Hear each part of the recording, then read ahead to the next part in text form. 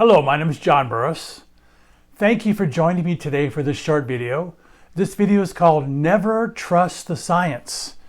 I know that sounds pretty bizarre to hear, but in this video I'll be sharing with you the dark side of science and how basically people trust it blindly and bad things happen.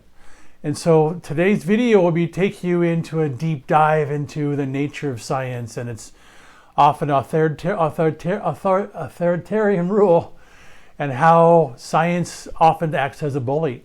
So just to be clear, I'm not against science. I think science has a remarkable place in our lives.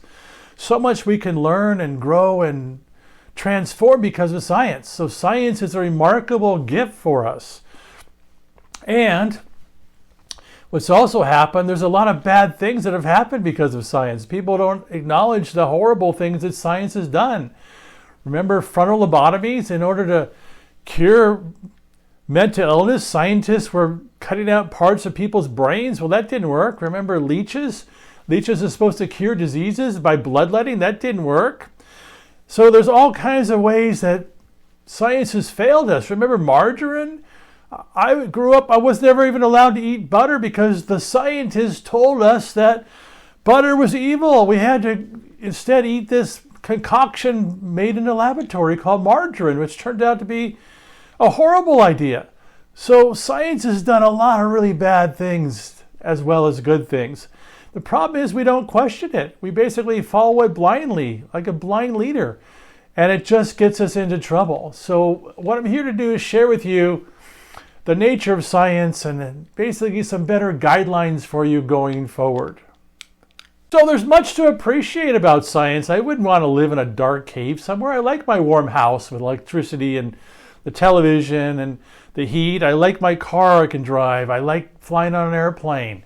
These are wonderful gifts from science, but people don't realize science also created herbicides, pesticides, all these things that get into our body, glyphosate, and all this horrible poisons that are poisoning us. Science created all this chaos in our life as well. In fact, many of the greatest problems on the planet today are caused by science. Global warming, our incessant addiction to electricity, and needing to create more coal, gas, and other power plants to create electricity, that's from science. So a lot of our problems today are actually caused by science, and people don't realize that. So, for example, look at your average store, your supermarket. Go in there in your average store, and almost every product on the shelf was concocted by science. Whether it comes in a bag, a jar, or a can, science had some hand in it. The preservatives, the red dye number 2, red dye number 3, yellow dye, the artificial ingredients, basically the artificial sweeteners, these were all created by scientists. Nothing on the shelves was actually not touched by science, and it does horrible things to our body. Oh, we'll say, well, let's go to the produce section. There's got to be healthy stuff there. Much of the produce is covered in wax. Wax comes from what? Petroleum, oil fields. How many pounds of wax do you think you've eaten in your life? Because science has decided that could be a healthy thing for you. Or it keeps the fruit on the shelf longer so they make more money. So our food's been contaminated by science. It's nothing pure about our food, our water, our air. Science has done some really bad things. Remember Vioxx? Vioxx was a drug created by scientists to help people. Ended up killing 50 to 60,000 Americans. Why aren't we talking about that? So we need to take a deeper dive into science and basically see how we've followed it blindly and getting into trouble. Unfortunately, science has become a gatekeeper for knowledge and truth. Now, knowledge and truth are not the same. Just because you have a bunch of certificates on the wall from a prestigious university doesn't mean you know truth. You have scientific background, you have knowledge, but you don't have truth. For example, one of the largest, most abundant surgeries in America is gallbladder removal surgery. So all the smart scientists say in order to cure gallbladder disease, we need to remove the gallbladder surgically. By the way, they can make $30,000 to $50,000, but truth is, for less than $5, you can clean out your gallbladder $5 in natural products and cure your gallbladder issues. Well, that's truth, but science doesn't always have truth. It has knowledge, and they're really different. For example, the Catholic Church for many years, especially in Europe and the Western Hemisphere, controlled knowledge. They told us what the planets were doing and what the body was doing. So they had knowledge, but then science came along and says, well, your knowledge isn't true. The Earth is really not at the center of the universe. It's really, the sun's the center of the universe. So just because you have knowledge doesn't mean you have truth. So the scientific community has a bunch of knowledge, but it's not always true. And that's where we get into trouble, because knowledge and truth are not the same. So for example, you can do this yourself. I did this. I just was taking a random survey, and I went to one of the AI forums online. They're available. You can do it. And I asked the question. The question I asked was, in the last 400 years, because that's about when science began to emerge, how much of science has turned out to be true? And startlingly, the answer came out as almost 90% of what science has told us in the last 400 years has been a lie, not true at all. Almost 90%. For example, before 1870, scientists were telling medical doctors, you don't need to wash your hands or sterilize your instruments because that doesn't matter. So they didn't know why all their patients were dying. Before 1870, after 1870, they said, oh, there's germs, you need to kill the germs. But they didn't know that for hundreds of years. So the scientists were telling the wrong thing. So science is a system of knowledge, but not necessarily truth all the time. So here's the gist of it all. Science is sometimes good, science is sometimes bad. But the real problem arises we never question it, because science is an exclusive system, for example. It doesn't want to lose power. It wants to be at the top of the hill. It wants to be the most powerful influence in our lives. So it has all kinds of strategies to keep us disempowered. And it uses those strategies to keep you in the dark about things. So for example, in the natural world, the massage world, the acupuncture world, the chiropractic world, these are inclusive systems, which means they're more than willing to work with science as a partner. If somebody goes to a chiropractor and the chiropractor says, oh, you need to go to a scientific lab for a blood test, that's part of the inclusive system. But what science does in scientific medicine, it's very difficult for a scientific-based medical doctor to recommend massage, acupuncture, chiropractic for a patient unless they write a prescription for it or they control the narrative, because science wants to stay in control of the knowledge. So it doesn't like to let it go. It's a power trip as much. Organizations like the American Medical Association of Doctors is a club for doctors to try to stay in power. So you're not really allowed to disagree with science. If you disagree with science, you're canceled, you're eliminated, you're shamed, you're ridiculed, and if you're blocked. Look how many people, for example, during the COVID pandemic, they wrote opposing viewpoints on social media or videos, and they were canceled and they eliminated because the forces around science, which are the social media editors who are based in science and the editors on national television and newspapers and whatnot, would cancel you because you had an opposing opinion, because science doesn't want an opposing opinion. So it creates this basically this authoritarian rule, and we're being ruled by an authoritarian system because science doesn't want to lose power. And so this authoritarian system keeps us in the dark. Look at for example, during the COVID pandemic, when we were told, trust the science, just trust the science. So this is where the gist of this video comes from. How much of that science turned out to be true? Almost none of it. We were told, first, masks don't work, don't wear a mask. And then all of a sudden, masks became mandatory because the science changed its mind. All of a sudden we said, oh, if everybody rushes out and gets their COVID vaccine, we can save the world and flatten the curve. And well, that didn't work because now you need 1, 2, 3, twice a year of vaccine. People were told that if you just got your vaccine, you wouldn't get sick or die from COVID. Well, that didn't turn out true at all. We were told that things like ivermectin, vitamin D, zinc weren't helpful at all. They were horrible things to use. Yet most of the world did really well on ivermectin, zinc, vitamin D, because the science didn't want to lose power, so it told us not to have our own train of thought.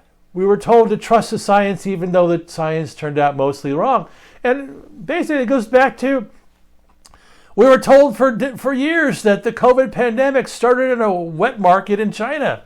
Finally, the CIA in America finally said, nope, that's really not true. The most likely case came from a militarized biological weapons laboratory in Wuhan, China. Well, we were told for years, don't ever trust that theory because the science knows the truth. Yet we're basically being ruled by an authoritarian system that wants to keep control of our mind. It's mind control. Once again, we're taught to not question science because the science seems to know all the answers and we're not allowed to question, or we're eliminated, we're canceled, or we're shamed because we have a different opinion. So here's another interesting part. So we told to trust the science. So I did a little survey. Every couple of years, the scientists in the United States government come out with a food pyramid, telling us what to eat and what not to eat. And the food pyramid in 2026 is completely different than the food pyramid in 1980, 1970, 1960. Well, somebody's wrong. Which scientists are wrong? Because they're completely different. So this is the food pyramid from several decades back. The larger portion here, this is actually upside down, but you'll get it. Grains, bread, pasta, all kinds of grains are supposed to what we're eating the most of. Medium amount of fruits and vegetables, very little fish, eggs, and meat. This is what for years we were taught how to eat. And here we have the 2026 food pyramid. Eat very few grains and breads and pastas, almost none. Lots of fruits and vegetables and lots of meat and whole grains, whole dairy and whole milk. When I grew up, we weren't allowed to have whole milk because the food pyramid said, no, that's horrible. We grew up on margarine and skim milk because we were told by the scientists that's true. This is completely opposite of what's happened 30, 40 years ago. As you can see, the two food pyramids from decades apart are completely different. So which scientist is true and which science is wrong? Because they're completely different. If we just trust the science, we're going to be wrong most of the time. So there's lots of ways that science has of basically thought control, mind control. Here are some of them. If it's published, it must be true, right? Because if a scientist published a book or paper, it's got to be true. Well, not always the case. Sometimes somebody does a study and they don't put their name on it. They pay a famous scientist to put their name on it. And that famous scientist never had anything to do with the study. Science also uses amazing accounting tricks because, science is based on numbers and numbers do lie. And if you can manipulate the numbers, there's different methods of accounting numbers. The relative method versus another method. So how did you get to the numbers? Because science has all kinds of ways of changing the numbers to get the best results. Often a scientific experiment is a completely failure. But if you change the numbers in a certain way, then it's a complete success. And just by changing the numbers. There's also scientific stories like they say most disease is genetic, even though there's actually very few genetic diseases. But they keep saying it's genetic because they don't have an answer. The scientific model is the body's a machine is based on the Cartesian model of René Descartes 400 years ago. Basically said the body's a bunch of parts. It's a machine that the parts can be replaced. That's not true at all. Science also believes things like mental illness are just a chemical imbalance, and that's not true at all. Science keeps telling us vaccines are safe and effective, yet how many people are dying from vaccines and have all kinds of side effects from vaccines. The word safe can be used any way you want it to be used. Basically, if an airplane crashes only once out of every 1,000,000 miles, then that's safe according to some people. So safe means different things to different people.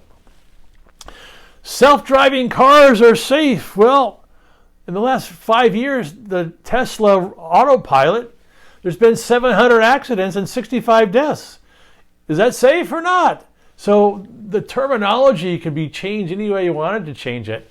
And there's all kinds of ways of manipulating data to make it look a certain way. It's mind control. Basically the gist of this video is science became a tyrant, an abusive dictator. It won't allow us to think freely or question it. It has ways of canceling us, and we've gone along with it. There's all kinds of these other institutions, government institutions like the CDC, the FDA. There's universities that are part of it, medical journals, peer-reviewed journals. All this is part of it. There's the medical establishment. Part of being united with science, it won't necessarily allow free thinking. There's biotech companies that say the only way we're going to cure disease is through science. Well, that's not true at all.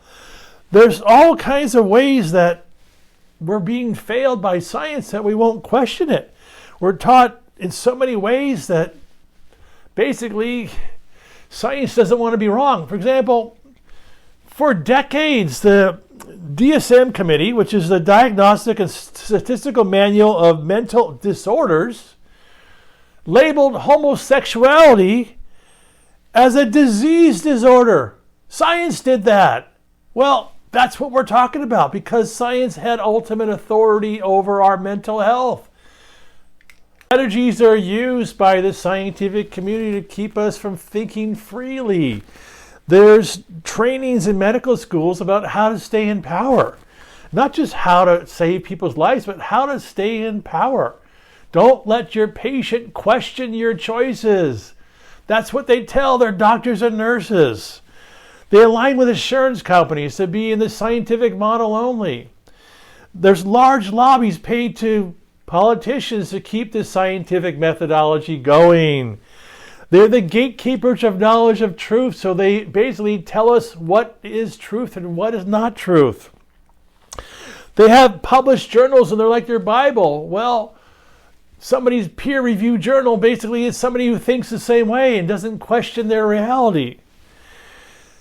So once again, they start to build public trust, and then all of a sudden people stop thinking for themselves and thinking that all science is good. Because what's really happened is, because of how we're raised by our scientific-based training and parenting, most of us have lost the self-trust. We don't trust ourselves, so we're looking for something to trust in and to feel safe in, and that's why they flock to science.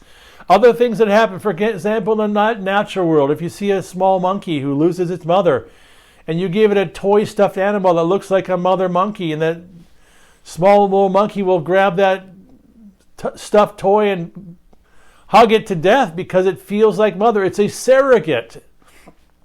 You'll see a duckling lose its mother, and all of a sudden starting to follow a dog around, and all of a sudden the dog becomes its mother because it's looking for safety.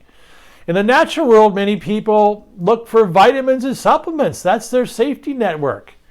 That's how they basically feel safe in the world. There's many people who have white coat disease in the medical world because they will never question their medical doctor, because the white coat symbolizes a parent, a missing parent, because they don't have a sense of self-trust. So this whole parenting, we're being parented by science because most people are lacking a sense of self-trust. So they're looking for a parent. And science fills that role of being their parent for them. So this is why so many people put their blind faith in science, because even though it's been, according to some, wrong 90% of the time, because they're looking for a parent because they don't have a sense of inner trust. They can't question their doctor. They can't question their other authorities, their government officials, because they don't trust themselves. They're looking for a parent. Science fills that role, making people feel safe, and it becomes their parent. So it's actually a psychological issue. Science should be used in our life as a tool in our full toolbox of resources, not as your authoritarian dictator that keeps telling you what's true and not true, but that's what it's become. It's become an authoritarian dictator in our lives and will cancel you when you disagree with it. So that's pretty much the gist of this. Science has done some great things in our lives. It's also done some really horrible things in our lives. And the real issue is we don't challenge it or question it. And that we can see through the COVID pandemic, a real epidemic in that. We just accept it as true. We accept the numbers we're giving, the data we're giving, and we don't even question where it comes from. And that's the problem, because we've lost our sense of self-trust because of how we were parented. So science has become the evil parent for many people, but it makes people feel safe. And that's why we have this blind faith in science. Science isn't going away anytime soon, and there might be some great discoveries. So I'm open to that. I like a lot of what science is doing, but I don't have blind faith in it. I question everything I hear. Any number I get, I go question it. So here's some solutions for you going forward. Always question the science. Ask questions like, where did those numbers come from? Who conducted that study? Who paid for that study? What are some alternative thoughts to the conclusions for that study? Just because it's published doesn't mean it's true. Just because a scientist says it doesn't mean it's true. Find out who's behind the money in the study. Is it government money? Is it charity money? Is it university money? Who's paying for the study and what's their agenda? How is this study going to benefit me? Who are the people behind this? What is their reputation like? What accounting methods were used to gain your data? You know, data lies. Numbers lie all the time. They don't tell the truth. They're telling a story. You know, for example, did you know that when I grew up, I read in the science books that the distance between the Earth to the moon was, the Earth to the sun was 93 million miles. Well, that's not true. It's an elliptical orbit. Sometimes it's 89 million miles, and some days it's 95 million miles. It's never really 93 million miles, but that number sticks in people's head because science is a system of accounting, which basically it's mean averages, it's guesses, and it's hunches often. And we often think about science being an exact science. It's not. It's guesses, hunches, and mean averages on average.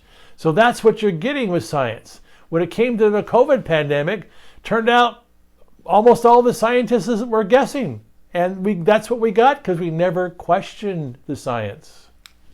So my recommendation is make science your partner, not your parent. If science is your parent, you're going to be deceived on a daily basis. When you basically make science your partner, you're going to thrive in life. That's a huge distinction. Question everything science says and does, and you will have a much livelier, thriving life because science will deceive you on many occasions, and stop letting it be that dictator that it has become. So, thank you for joining me today for this fascinating video called Never Trust the Science. And once again, I'm not against science. I'm against blind faith in science. And I would encourage everybody to take a stand and question everything and not just accept things on blind faith.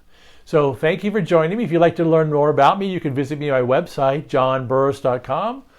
Please subscribe to this channel today for more leading edge videos to come. I also have a great book called Return to Nature, The 5 Pillars of Healing. You can find that at my website or at Amazon or Barnes & Noble. Thank you.